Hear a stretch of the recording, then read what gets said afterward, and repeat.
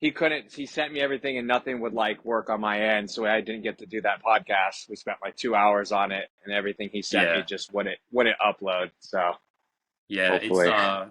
honestly, it's been such a fuck around trying to get everything set up.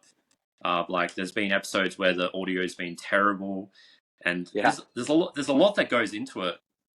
Yeah. And like I've got a new microphone now, using my phone. But yeah, Mhm. like a lot of fiddling around. So I understand. Yeah. Yeah. So I was just doing Zoom call and then uploading that to BuzzFeed, which is a podcast format.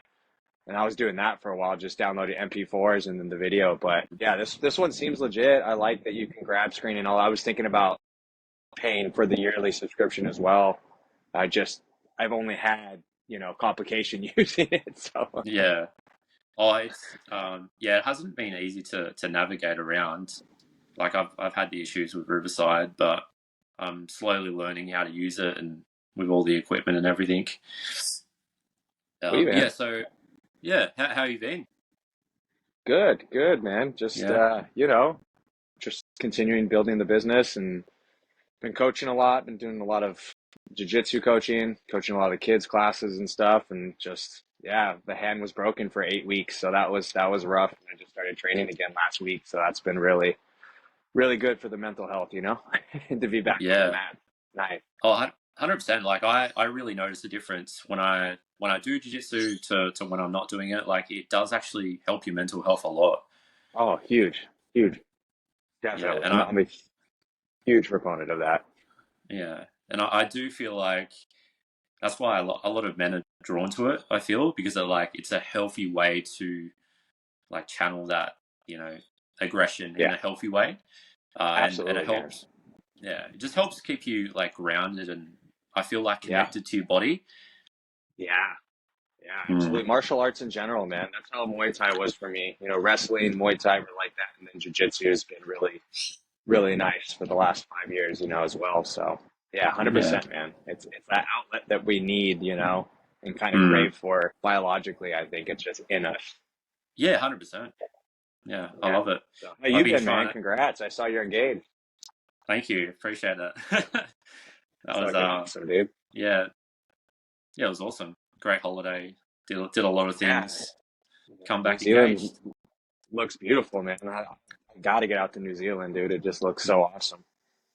Yeah, I would highly recommend. Highly recommend it. Yeah.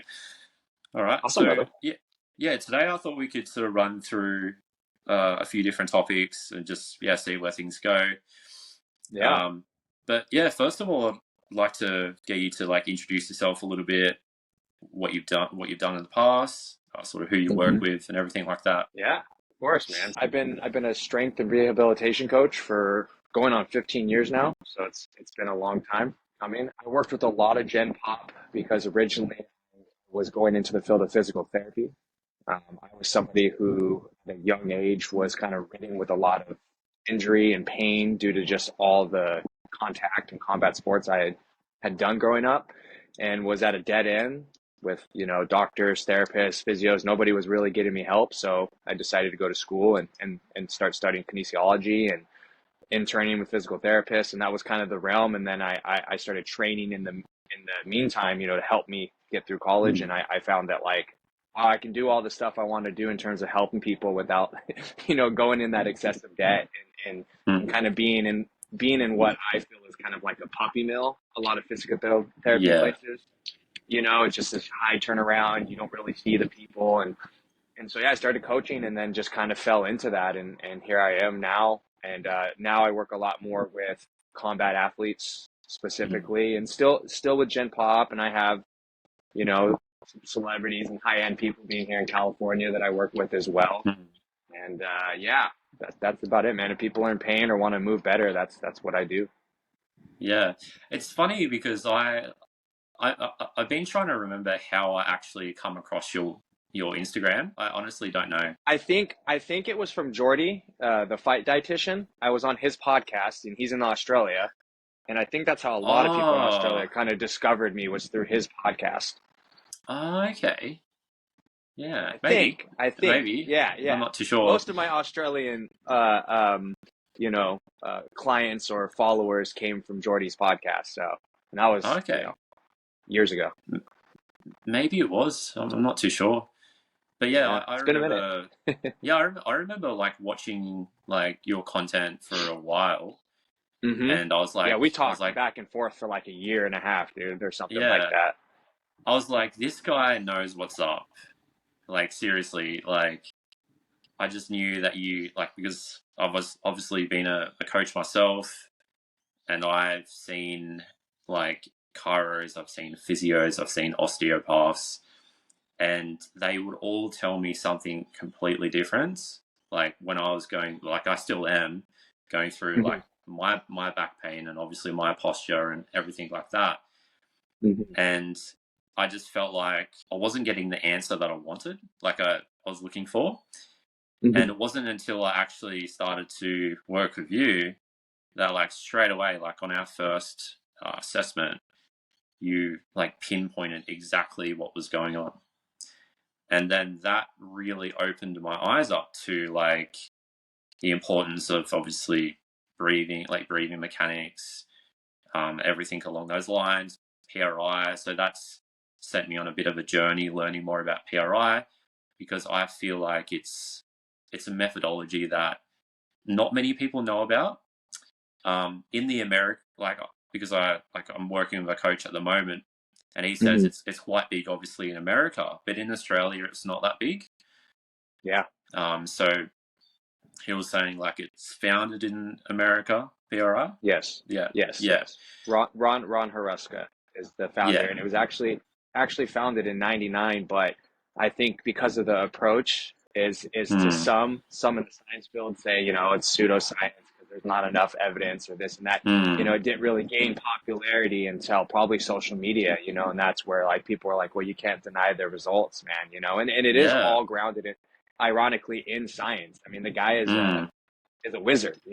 yeah, He's a lizard person if those exist. The guy's just so intelligent. But yeah, yeah, it's gaining the notoriety that it deserves.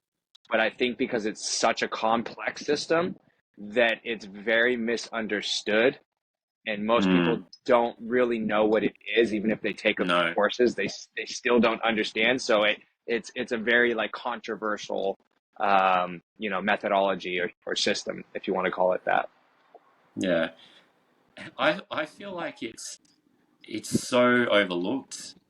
Like it's such an overlooked methodology, and a lot Yeah. of practitioners, like a lot of physios, a lot of chiros, they have no idea about it, and they are just like overlooking like some of the biggest things that is going to help like improve pain, improve your mobility and everything, and that comes down to obviously understanding your breathing mechanics, understanding the importance of your gait, and even Ron talks about the importance of like your like vision and how that Oh, yeah. you know that and that can obviously affect your gait and if you Hmm.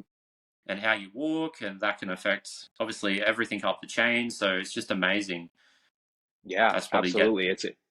It's a system that is looking at all the systems in the body Mm, versus the traditional approach, which is like maybe stretch or strengthen, or maybe mm, just get it stronger, or whatever it is. All these different approaches we have, where most of them fall short is they don't mind the system enough, meaning like the mm, vestibular system, our occlusion, our jaw, mm, breathing and gait mechanics. mm, Our eyes are actually an extension of our brain. It's the only mm, exposed part of our brain. So eyes are direct, they are our brain. So what we see and perceive strongly influences, our nervous system. And I think that's what PRI's biggest thing is it's about influencing the nervous system and getting your body to feel safe, to feel grounded, mm, to be able to experience and feel your environment as you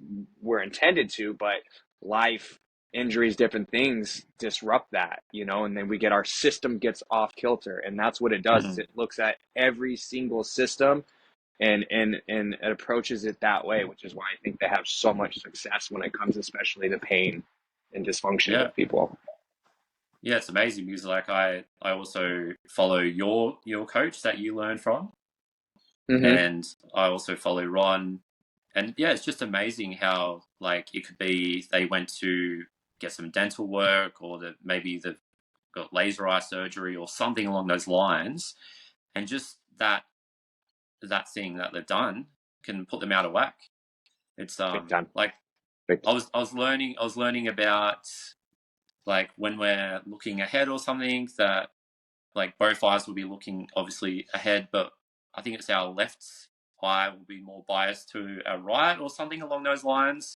Yeah, And our peripheral vision is such a huge proponent to like mm, how we like perceive the world around us. mm, yeah, it's crazy. Yeah, Yeah, yeah, so yeah. I'd love to get you to, because this is one thing that really sort of opened my eyes is around the importance of your breathing mechanics, your rib mechanics. Even better Hmm. if you had that little rib cage model that you showed me. Oh, Do you I still have know, that I on you? know. I don't. It's packed away. I wish I did because those visuals make for such a great like Yeah, understanding of it all. But I can do my best descriptively, if that's something you want to kind of talk about yeah, and dive deeper into. yeah. Just the importance because I feel like that is one of the biggest things that you've taught me is the importance of breathing, the importance of obviously expanding your rib cage and everything like that. Mhm. Like it just gets overlooked so much. Yeah, So I'd love absolutely. to get you to sort of expand on that, and you know how Yeah, that's obviously affecting movement and everything. absolutely. So to like really have like simplify all this, number one, I think the thing, and as someone who's like, I was analyzing people's posture for pain and dysfunction, you know, 12, 13 years ago and was being told that like, oh, that's pseudoscience. Pain, there's no correlations between pain and posture and this and that. And people were very dismissive because the literature isn't there enough to really be like, hey, your posture can cause you pain.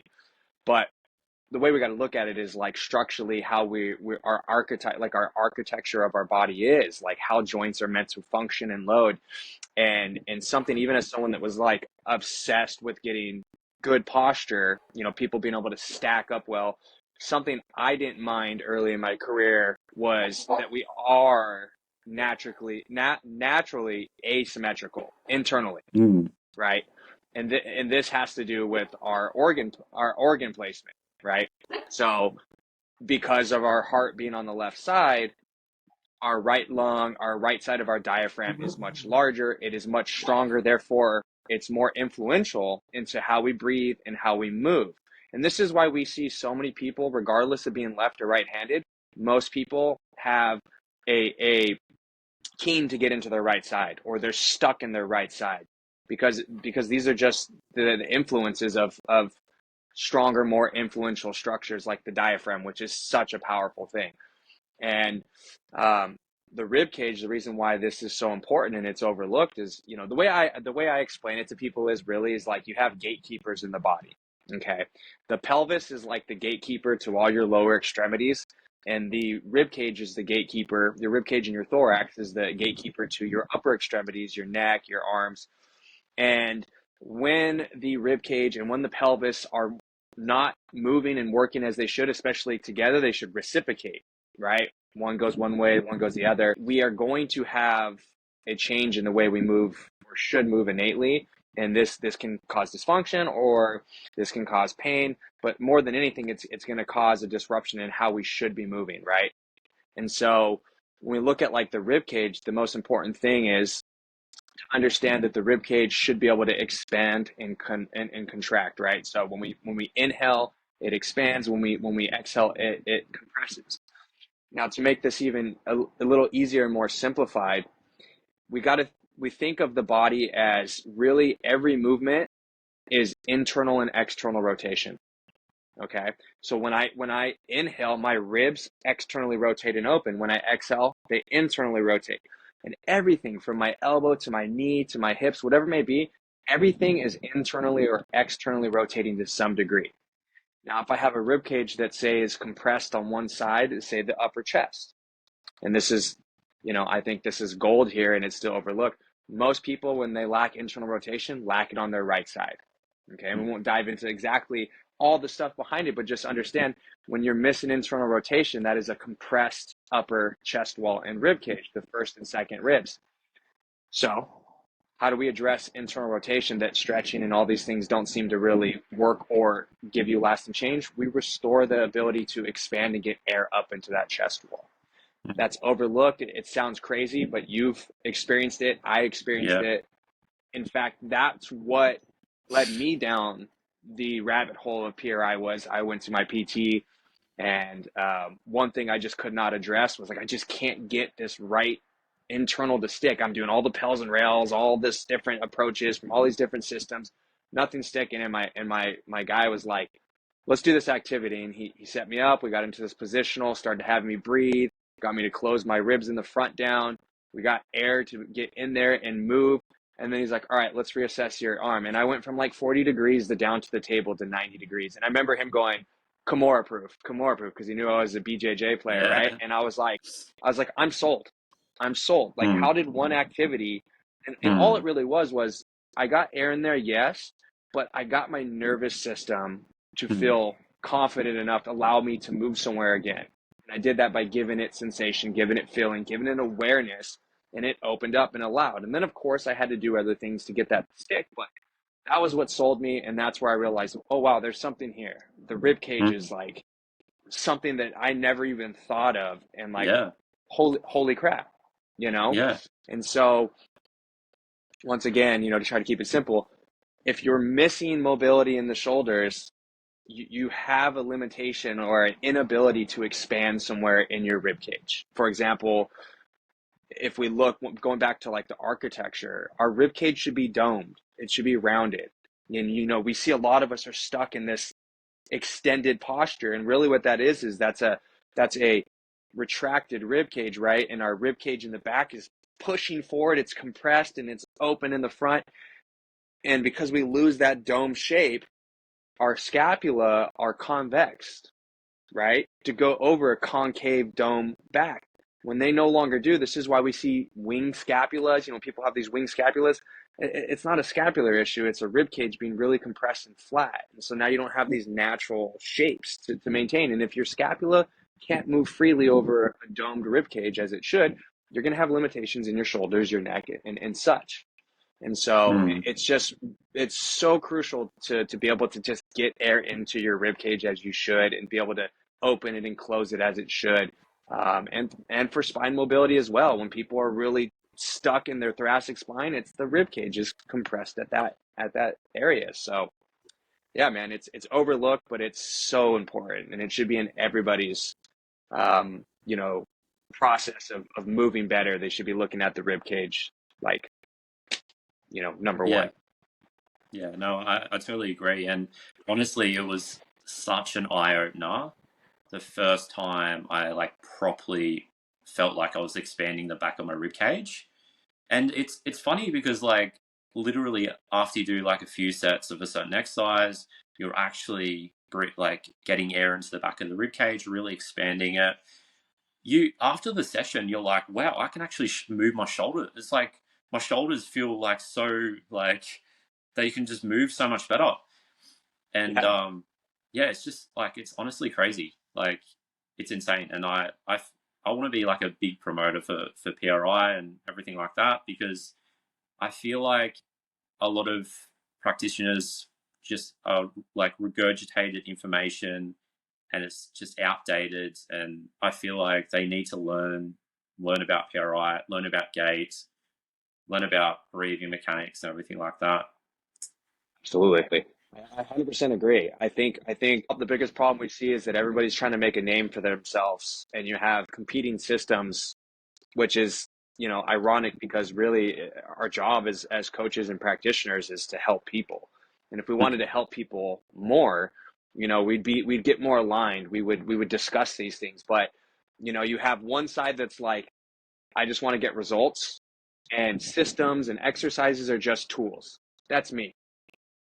You have an other side that is, if science doesn't back it or there's no literature to show me then I don't even care to hear it. I didn't learn that Mm. in uni, in schooling, so I'm not open to it, you know? Or you have like really dogmatic approaches where like people learned a specific system or methodology and that's like their holy grail, especially if it helped them in some way, they really attach Mm. themselves. So we Yeah. get this like we get this combativeness, but like I say this to people like my fitness approach is the same as my political approach. I'm a centrist. I'm a very middle grounded person in all walks of life. And I find that what that does and why I'm able to help so many people and keep an open mind about things is that like just that, like I'm open minded to, I think I can learn from everybody and everything. And I take that and I kind of mix it up and make my own art, right? My own methodology, so to speak. And Mm. you just have those conflicting interests and conflicting ideologies, and so people just don't even want to sit down and have conversations on like, so how'd you get these results, what is it you're doing, you know? It's like, no, that's BS, like no, I don't want to hear it, or I don't care, or my way is the right way. And that's a big problem in the fitness and health industry is there's not enough collabing. And that's Mm. what one thing I love about postural restorations, at least my experience with like practitioners who are like actually certified in it, which is a very hard thing to do. It takes many years, and Yeah. you have to be a physical therapist for most part. There are trainers, but you're not. It's anyways, Mm. but what I like about it is because it's a collective of different systems in the body, you have different practitioners working together. I send my clients when they have problems that are outside of my scope to my one of my mentors, my friends, my physical therapist, Dr. Locatelli. Yeah. I Yeah. send them to him, and then we work together, and together we get a lot more results versus Yeah. the stubborn trainer that thinks he knows more than therapist, or the therapist that thinks he knows more than a trainer. Like we all have our expertise and the things we're good Mm. at and the things we know, but we all have to know that we have a limit usually to that, and if we can collab and outsource to other people and work more as a network of practitioners, we're going to get much more results for the people, and that's what we're here to do, you know, or at least that's what I'm here to Yeah. do. No, like I totally agree. I feel like one of the biggest issues with the fitness industry is just ego. Yeah, Just like, for sure. ego. But what can you do? We can only do what we can do. But that's one thing that Absolutely. like I've admired about like you, and like you're always very consistent with posting, and you're posting valuable tips. You're not like posting about me, all the time. It's like I feel like you've been like, how long have I been following you for? It's been a few years, I'd say. Yeah, it's 2 years. Like I've probably had Yeah. my account for like 4 years, but like trying to build a business and going that route because I was very Mm. anti online training. I didn't think you could Mm. actually help people.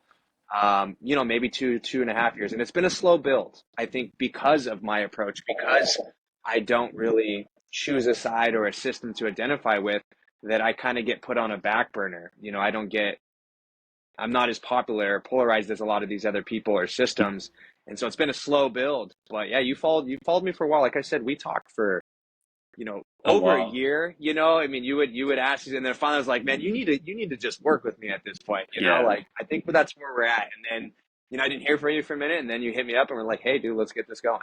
Let's do this. Yeah. I, And it was awesome.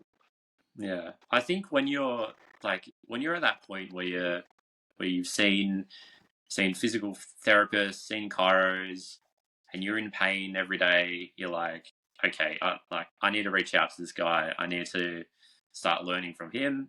And like, my God, I learned a lot from you. And as I said, that's opened my eyes up to PRI, and I'm working with Jace at the moment, like in person. Yeah, And yeah, yeah, it's just so interesting. And like, it literally started from you. Like you opened my eyes to PRI. So I do thank you for that. that's awesome, Yeah, man. but yeah, I'd Yeah, love man, to talk. my pleasure, dude. Go ahead, sorry. Yeah, no, that's okay. I was saying I'd love to talk about, because one of the biggest things with the fitness industry is like debunking myths. Yeah, of like spinal flexion. Like, should you Which be? I love doing. I love doing. Yeah, I know. So I'd love to talk more about, like, should you be lifting? When you've hurt your back, like about spinal Yeah, flexion, neutral spine, yeah, because I noticed you've uploaded some content recently about that. Yeah. And I feel like it's something that a lot of people don't know about.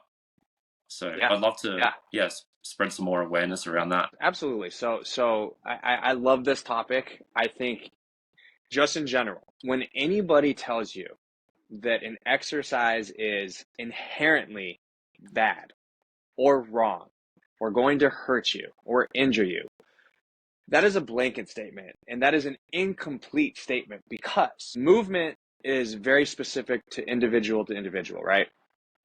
One individual's movement variabilities, capacity, tolerance to movement load is going to differ from the next, meaning that no exercise is inherently bad, wrong, or the best for everybody across the board. It can't be. We're individualistic, we're different. And the other side of that is too, and this is like what I explain to my clients when they have these questions, like, but I thought this was bad. We shouldn't do this. You shouldn't do that.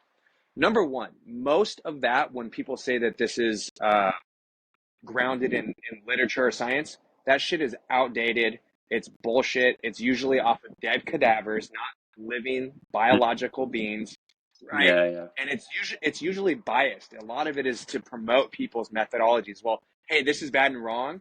Don't do that, but I got the answer. Do this Yeah. instead. You see that all the time. And I hate to say it, I am a very science-based person, but I've read a lot of stuff on being able to identify confirmation bias and Mm. corrupt literature, and there's a lot of it out there. And so that's where a lot of this is grounded. So when people are still spewing that same thing, like, well, so and so had this study and said that, if you do this, the shear force, it's bad on your back, blah, blah, blah. Well, I'm sorry, but that's outdated and it's not true, because the easiest way to look at it is this, and this is coaches, when they tell you this stuff, like to only lift this one way, and those coaches are principle driven. I'm very principle Mm. driven. I'm not system driven. I'm principle driven. There are things like Wolf's Law, right?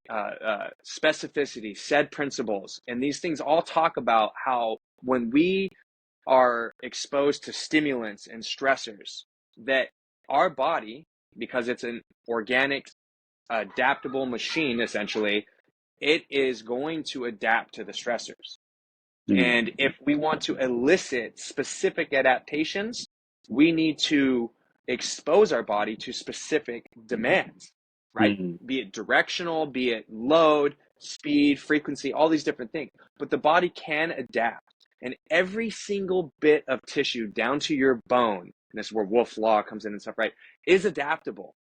So when someone says, it's bad to lift with your back a certain way, well, who are you to say that I can't, like anything, start at a certain weight that's within my capacity, progressively overload, that's another Mm. principle, right? Yeah. And adapt to those stressors. My catchphrase is, if you can move it, you can train it. Mm. If you can train it, you will adapt. Okay? Not all adaptation is for our benefit, but if you're doing things correctly, you're progressively overloading, you're training within your capacities, the body's pretty freaking amazing onto what it can adapt and do. And so for those of you out there that think that it's bad to lift their back a certain way, that is relevant to the individual. Meaning, if Mm. you have a lack in the ability to flex your spine well and segment through your spine well, yeah, maybe don't go and do a Jefferson curl with 100 pounds, right? Work on getting segmentation and the normal mobility back in your spine. And once you can flex and extend well, start Mm. loading that. And now you have resilience. And the thing is the things that we're often told not to do are because, yes, we're more susceptible because we tend to be maybe weaker there, or this is where injuries tend to happen more. But my train of thought is this, and I beg to ask anybody out there questioning this is, would you rather live your life like a bubble boy, avoiding Mm. anything that you think might hurt you, or would you rather prepare yourself for those things? Because you can adapt, and you will adapt if you do it right and smart. So would you rather be prepared, or would you rather just live a life in scarcity? Mm. I mean, it's that simple, really. Yeah. It's funny because like I obviously follow a lot of different coaches and a lot of different methodologies, and there is so many different coaches that are just completely the opposite, like contradicting advice. And I used to follow Dr. Stuart McGill for a while, yeah, and I'm sure you know about him. And Absolutely. I was like, this guy knows what's up, everything like that. And then I actually started to learn more from you and everything like that. And yeah, just really opened my eyes. So because I obviously hurt my back, I was like, Hmm. okay, where can I find information? I started to read Dr. Stuart McGill, and it's all about the McGill exercises and everything like Yeah, that. yeah, Then yeah. you The see, stirring the yeah, pot on the Swiss ball, and yeah, yeah, and then you end up just walking around like a robot. Like there's times like you just become really, and that's another thing we could talk about is your mindset when you're in pain. So that's a massive, yes, massive huge. one. You're really Yes. like fragile, and you're like, oh, I don't want to like pick things up wrong and everything like that. To the point where like I was like a robot. Like when I would go pick things Yeah. up, and I noticed I put a post up about this the other day actually, Yes. Yes. and it's not the way to live. Like, and that's what I No, was teaching my clients when I was learning more like the right way. I did the Is same it's thing all 12, about 13 years ago. yeah, it's all about like progressively moving in a safe manner, and obviously listening to your body. It's not about like Yes, just stopping exercise. That's like the worst thing you can do. It's about absolutely. moving, getting blood flow, getting everything lubricated, everything like that, Hmm. and progressively getting stronger. It's not about Yeah. just, I hurt my back, I'm going to stop the gym, I'm not going to lift anything. That's the worst thing that you can do. It's like Worse. the whole, Worse. it's like the whole ice principle. That's like a really outdated, Super. thing that, yeah, it's like, oh, you've got to put like a cold ice pack, on your like if you've hurt your knee or something like that. That's actually the worst thing you can do. You don't want to And stop inflammation. It's a natural process of healing. yeah, so I'd love to talk a little bit about, Dr. Stuart McGill, his methodology, Yeah. about ice Yeah. and how that's outdated, about, should you be exercising when you're in pain, and the mindsets. Because like I was really fragile when I was like when I hurt my back, I was training Hmm. with this guy and he was a exercise physiologist, and he was like, you've just got to you've got to start pushing yourself. You can't just be like a robot. And like I trained a session with him, and he did get me to push myself. I was like really worried I was going to hurt myself. I was fine, and it was probably the best thing Hmm. I did. So yeah, I'd Absolutely. love to get you to sort of expand on that.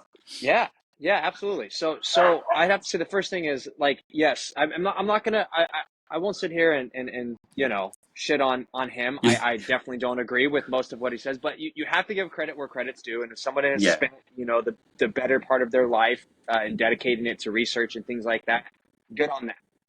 Mm, There are things people can take from him for sure. That being said, when I talked about people kind of get stuck within their methodologies or practices, and you start getting kind of this dogmatic ideology mm, going on, right? And you kind of lose track of like all the other things you learned, because I'm sure in his, he's a doctor, right? So I'm sure he learned biology. I'm sure he learned, mm, how the body can adapt. I'm sure he knows well aware of all these adapting principles. So why is it where did you kind of get lost in translation with like this is the only one way to move, and a mm, lot of that has to do with because well he's developed a system mm. to help Yeah. people. But what happens is if your system is based to do this specific thing and you find that that's what works the best, you're not going to go against that now. Most people Mm, aren't. I've changed my mind and will continue a million times over. I used to be a functional trainer that walked around like a robot and everybody had to pick up a piece of paper like you would a deadlift, and it's like, mm, well, no, that's fucking stupid. I'm not going to lift 400 pounds how I pick up a 2 ounce paper. So mm, you know, this approach of like only lifting with like a neutral spine. Number one, let's talk about a neutral spine. There's a lot of like words that get thrown around and they get recoined and redefined. Neutral spine is just your static posture when you're standing. Okay. And if we really want to say it, a neutral spine is an S curved spine, right? We mm, have lordosis at the neck. We have kyphosis. Everybody, I remember talking to you about this. I have kyphosis in my thoracic. Yes, some people can have more than they need, mm, but that is a part of your spine that should be kyphosis. It's literally in the mm, anatomy textbook. And then you mm, have lordosis again at your lumbar. And so, like, when you try to hold what most people perceive of a neutral spine is actually trying to straighten their spine. well, then you're taking away the curvature. You're destroying the natural architecture of it, and from that, you're going to lose movement abilities. And the process, I would imagine with him, I don't know enough about him. I don't know him personally, but I would say that in his mind, when you get into certain positions under load, you're more susceptible. So if we can make you more rigid, and the thought process is like, if I don't move there and I can get my body to be anti-movement of that, which is like a Pollock press, which I'm not a fan of either, because that's Mm. anti-rotation, even though we should be rotating. It's Mm. that idea that if I don't move there and I'm really good at stopping myself from moving there, then I'm going to probably mitigate or lessen the chance of injury. But here's the problem. Life isn't neutral. You're not walking around in life like you would at the gym. You cannot control everything. Life is chaos. Mm. Prepare for chaos. And the best way to do that is make sure you have all the normal function you should. And if a spine, it flexes and it extends, it rotates, it laterally flexes, side bends, okay? Why would you avoid training any of those qualities and assume that you have a safer back than somebody that trained all those qualities and also was strong in those qualities? It's just silly, and that we'll get into the mindset of all that. But I Mm. think that's really with him is that's what we see is like, if you build this what they perceived as a strong core, if you only train to be stiff and rigid, you're only going to be good at being stiff and rigid. Mm. We're not stiff and rigid. We're reciprocating fluid beings, right?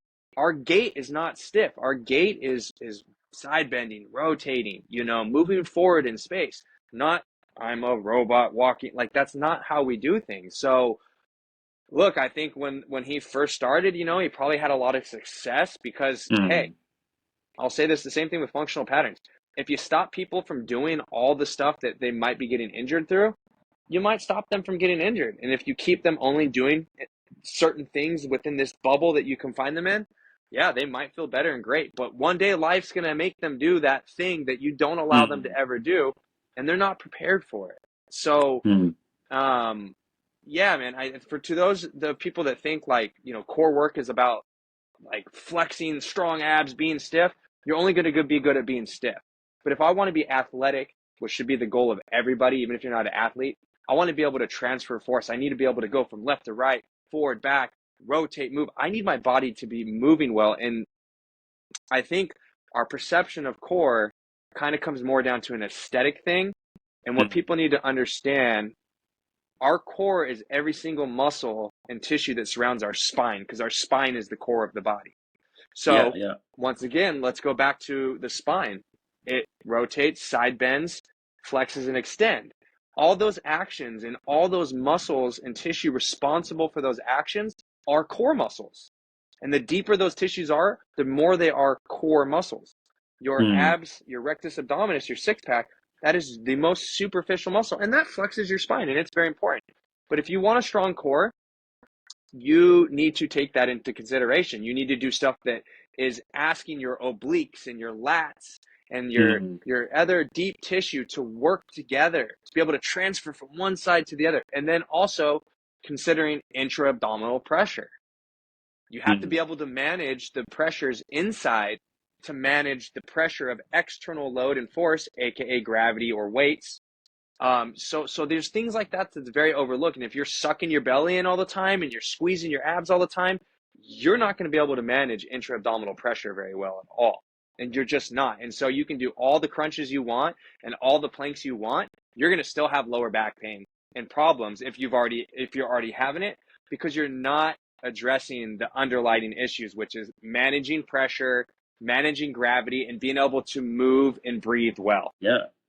And yeah, no, Yeah. that's basically what you taught me is the importance of actually, your pressure and gravity and everything like that, how that sort of obviously works, together. So I'd love for you to give us some like practical takeaways for anyone who's looking to sort of improve their mobility, like Mm-hmm. work through pain. Would there be any sort Yeah. of practical takeaways that people could take away and hopefully implement into their life? Yeah. So I mean, number one, seek somebody if you can in person, right? Because that's going to Mm. be your number one best thing. I mean, that should go without saying, but you'd be amazed, right? And I think a lot of us are looking for just quick relief, especially when we're in pain. And unfortunately, pain itself is so complex, and this goes into Mm. the mindset that like you Yeah. could have bulging disc and have no pain, and you could have no problems in your back and have chronic back pain. I've been there. I know. I've dealt with it. So, number one, mindset. When it comes to, this is why my Yeah. handle on Instagram is mindset for movement, because I was someone in chronic pain and I got really far by fixing a lot of stuff in my body, but I kept having the same issues and dealing with pain because I didn't get this part down, which was Mm. number one, building a healthy relationship with pain. Understanding that pain is not your enemy, it is your friend. It is there to help you. It is your body telling you shit is not right and we need to figure something out. Okay? So, building a better relationship with pain and not fearing it, but rather sitting with it, accepting Mm. it, and listening to it is probably stronger than any exercise or thing you could do in terms of healing pain. I can show you people with crazy scoliosis. Everybody likes to talk about that are functional. Like, look at LeBron James's feet. If we could fix his feet, he'd be more functional. Look, that stuff doesn't just equate to pain. So don't assume that that's the answer, that aligning your body is automatically the answer. The first Mm. thing you have to do is have your mindset right about pain and just trust the process of whatever it is you're doing, but understand that like pain will always be there. You shouldn't have to live with it, and it's not a death sentence, but you have to have the right mindset and relationship with pain, or else you can go through a million different processes.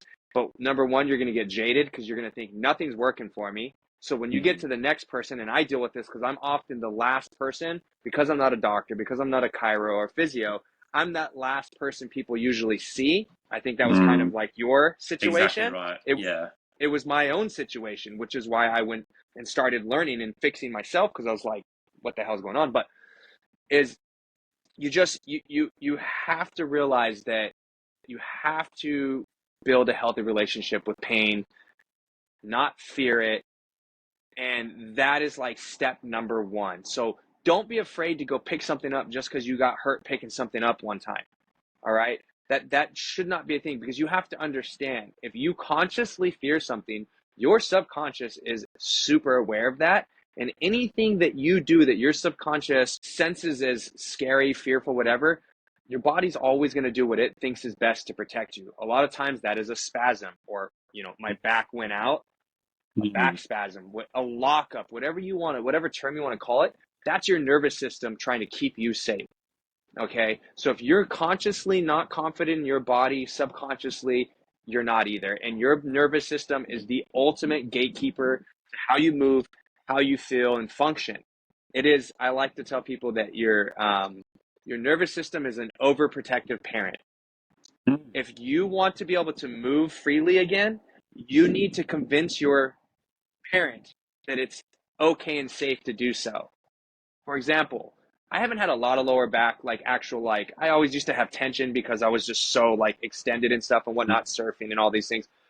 But I had like my first like back spasm where my lower back was, I was like, like scary, right? And that happened like a year and a half ago. And I've had it a few Mm. times since. Number one, it always happened when I was stressed out. Mindset. Yeah. Yeah. Every major injury I had was when I was really stressed out. Mm. Okay. And from what I've learned overall the last like decade and a half was like, okay, number one, let's let our nervous system, that parent, know that it's okay for me to do that thing that just maybe hurt me. So I will load that tissue right away. Now I'm not going to go back and deadlift 350 pounds if that's Mm. what hurt me, but I'm going to go deadlift 150 pounds the next day if I can, if it doesn't exacerbate it. And then the next day I'm going to load it. Maybe that load starts with just some spine cars moving through segmentation, but I'm instantly going to move where I'm injured within a safe capacity that doesn't make it worse, to prove to my nervous system that this is okay. And if I want the healing process to be good, I have to move, right? Like Mm. if we tear a tissue, if we want our fibroblasts, the cells that lay down good tissue, if we don't want scar tissue and we want healthy, pliable tissue, you need to give inputs to that tissue. The way we do that is we load in specific manners in a way that we want that tissue laid down healthy, right? This is a very reductionist, right, explanation, but this is true. And so if you want healthy tissue after an injury, you have to load that tissue, and you do it as soon as freaking possible. And I think this is very overlooked. That kind of goes back to like the ice method and different things. Yeah.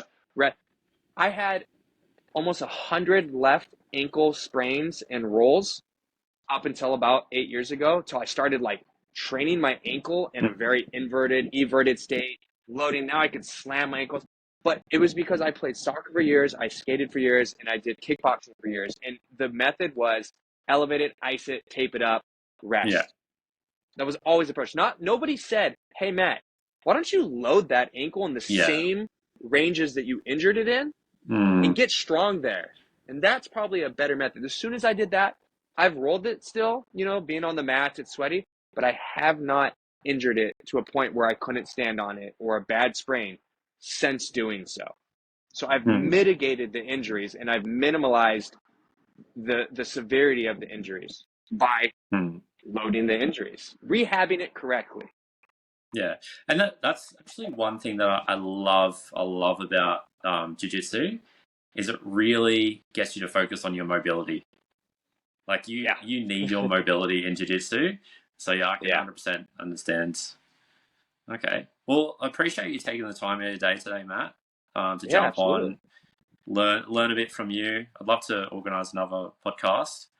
Yeah, and absolutely, man. I got lots of stuff to talk about, man. 15 years of this, I love sharing. I can educate people. I can tell you're very passionate about it.